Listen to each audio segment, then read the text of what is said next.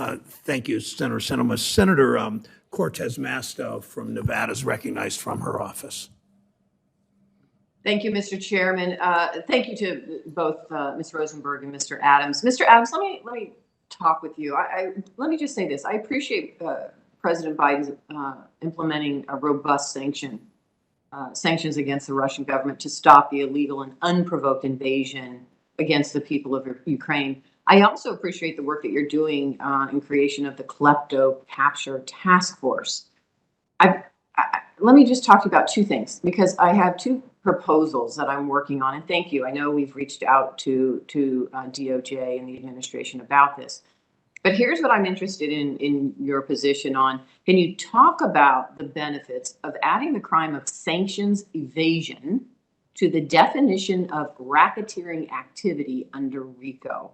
As you well know, there's civil and criminal actions under the Racketeer Influence and Corrupt Organizations Act. And I'm interested in your thoughts if adding the crime of sanctions evasion would be helpful in the work that you're doing.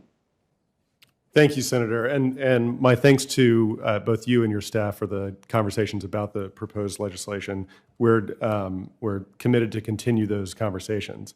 It would be helpful in a number of respects to add IEPA and ECRA violations to the list of RICO predicates.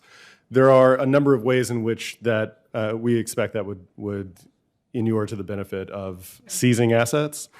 Under the RICO criminal provisions and the forfeiture laws, the ability to go after racketeering enterprises and the assets, all assets of a racketeering enterprise, is a particularly powerful forfeiture tool, and it's one that's appropriate in the context of sophisticated, complicated, complex, multinational racketeering enterprises that are engaged in a number of financial crimes.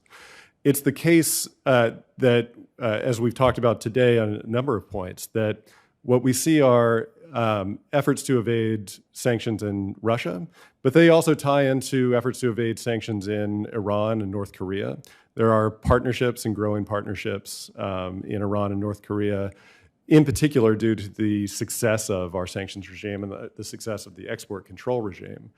The ability to look at financial service providers, for example, to look at facilitators who are engaged generally in the efforts to make a buck on the back of sanctions evasion, irrespective of where in the world those sanctions evasions are taking place, would be particularly powerful and allow us to go after a broader set of actors and to use a particularly powerful forfeiture hammer to ultimately inure to the benefit of Ukraine.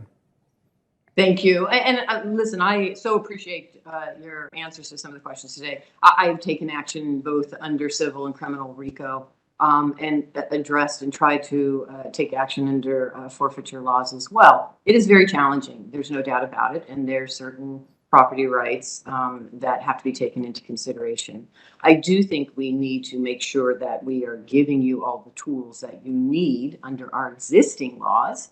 And by adding just a sanctions evasion as a RICO predicate would be one of the easiest things that we can do to give you more opportunity to take the action that we're all asking you to take, quite honestly. The second thing I want to ask you is, I know the administration seeks to extend the statute of limitations for acts against the U.S. for sanctions evasions from 5 to 10 years. Can you talk a little bit about that and why that's important? Thank you, Senator. And the proposal here is, as you say, to extend the statute of limitations, focusing on, in particular, activity and unlawful activity that's taking place abroad. The reason for the request is the difficulty in conducting those kinds of investigations in particular. I mentioned earlier that the realignment and the continuing alignment of our sanctions regime and our foreign partner sanctions regime is encouraging. It's been robust, particularly in the last few months. That said, the difficulties of conducting transnational investigations of piercing often opaque jurisdictions that have an interest in concealing or providing a harbor for those who would conceal illegal activity is a tall order. It requires intensive resources, and it at times requires multiple years of investigation. Right. So in essence, you just need more time for the investigation. You don't have that because of the extent of the assets and what you're dealing with in an international perspective. So thank you again. I so appreciate both of you and the work that you do. Thank you, Mr. Chairman.